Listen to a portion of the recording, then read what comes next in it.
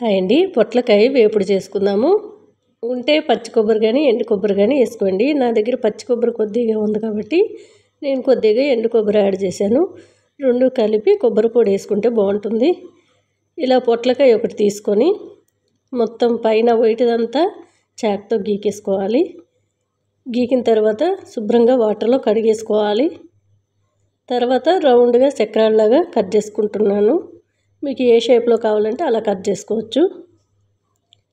ఇలా కట్ చేసుకొని కుక్కర్లో కానీ తపేల్లో కానీ కొద్దిగా రాళ్ళు వేసి ఒక గ్లాస్ వాటర్ పోసి ఉడికించుకోవాలి.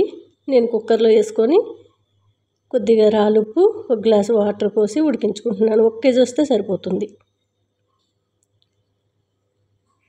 ఈలోపు మనం మిక్సీ జార్లో కొద్దిగా ఎండు కొబ్బరి, పచ్చి కొబ్బరి, ఎల్లుల్లి రెబ్బలు, మీరు ఎంత కారం తినగలిగితే అన్ని పచ్చిమిర్చిలు, నేను 3 పచ్చిమిర్చిలు వేసుకున్నాను. ఇట్లా తురిమినట్టు కొంచెం కచ్చపచ్చగా మిక్సీ పట్టుకోవాలి. మనకు పొట్లకాయ ఉడికిపోయింది. నీళ్ళన్నీ వడగట్టుకోవాలి. స్టవ్ పైన కళాయి పెట్టుకొని కొద్దిగా కొబ్బరి నూనె వేసుకున్నాను. ఆవాలు, జీలకర్ర, శనగపప్పు, ఎండుమిరపకాయలు, కరివేపాకు వేసుకుంటున్నాను.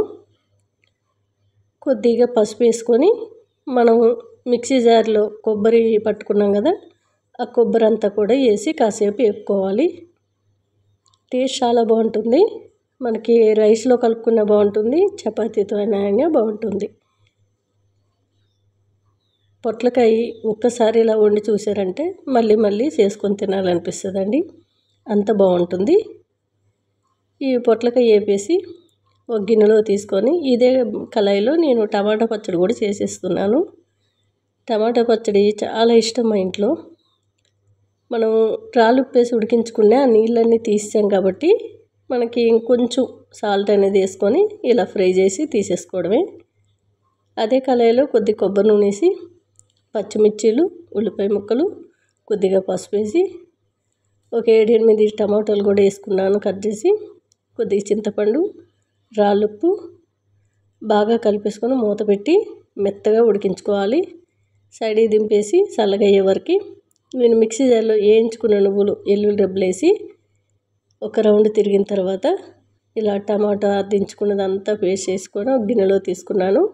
పోపు గరిటలో ఇంకొద్దిగా కొబ్బరి నూనె, ఆవాలు, జీలకర్ర, శనగపప్పు, ఎండుమిరపకాయలు, ఇంగువ, అంతేనండి.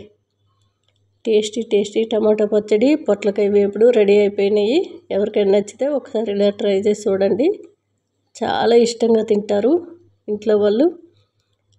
అసలు పొట్లకాయ వేపుడు అయితే మిమ్మల్ని పదే అదే చేయమని అడుగుతారండి, అంత టేస్ట్గా అయితే ఉంది. హాయ్ అండి, చికెన్ కర్రీ చేసుకుందాము. కళాయిలో కొద్ది కొబ్బరి నూనె వేసుకున్నాను. చికెన్ నేను తెచ్చిన వెంటనే శుభ్రంగా 2-3 సార్లు కడిగేసుకొని రాళ్ళుప్పు, పసుపు, కారం, కొద్దిగా ఆయిల్ కూడా యాడ్ చేసి దాంట్లో కలిపి నేను ఫ్రిడ్జ్లో పెడతాను. అది మనకి కొంచెం ఒక 2-3 గంటలు అలా పెట్టిన వల్ల ఉప్పు కారం అనేది బాగా పీస్లో పట్టి ఉడికిపోయేటప్పుడు కూడా త్వరగా ఉడుకుతుంది. మనకి ఆ పీస్ టేస్ట్ కూడా తినేటప్పుడు చాలా బాగుంటుంది. మనకి ఏంటంటే పీస్ చాలామందికి ఇట్లా నార ఉంటుంది అనమాట. మనకి తెచ్చిన వెంటనే వండుకుంటే నాకు నచ్చదు. అందుకని నేను ఇలా వండుకున్నాను. ఎవరి ఇష్టం వాళ్ళది. పోపు పెద్దగా వేపుకోలేదు, ఎందుకంటే నేను దీంట్లో వాటర్ పోయకుండా చక్కగా ఫ్రైలాగా చేసుకుందామని.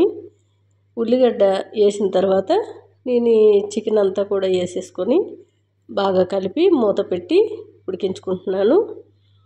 దీంట్లో లాస్ట్లో గరం మసాలా తప్ప ఇంకేమీ వేసేది లేదు, ఎందుకంటే నేను ఫస్టే ఉప్పు, కారం, రాళ్ళు అన్నీ వేసాను కాబట్టి. ఇలా మూత పెట్టి మధ్య మధ్యలో కలుపుతూ ఉడికించుకోవాలి. స్టవ్ మీడియంలో పెట్టుకుంటే సరిపోతుంది. లాస్ట్లో మనకి ఇప్పుడు అల్లం వెల్లుల్లిపాయ పేస్ట్ కూడా కొంచెం కచ్చపచ్చగా దంచుకొని వేసుకుంటున్నాను. అల్లం వెల్లుల్లిపాయ మరీ పేస్ట్లకు కాకుండా ఎప్పటికప్పుడు ఇలా దంచి వేసుకుంటే ఆ సువాసన కానివ్వండి, ఆ టేస్ట్ కానివ్వండి చాలా బాగుంటుంది.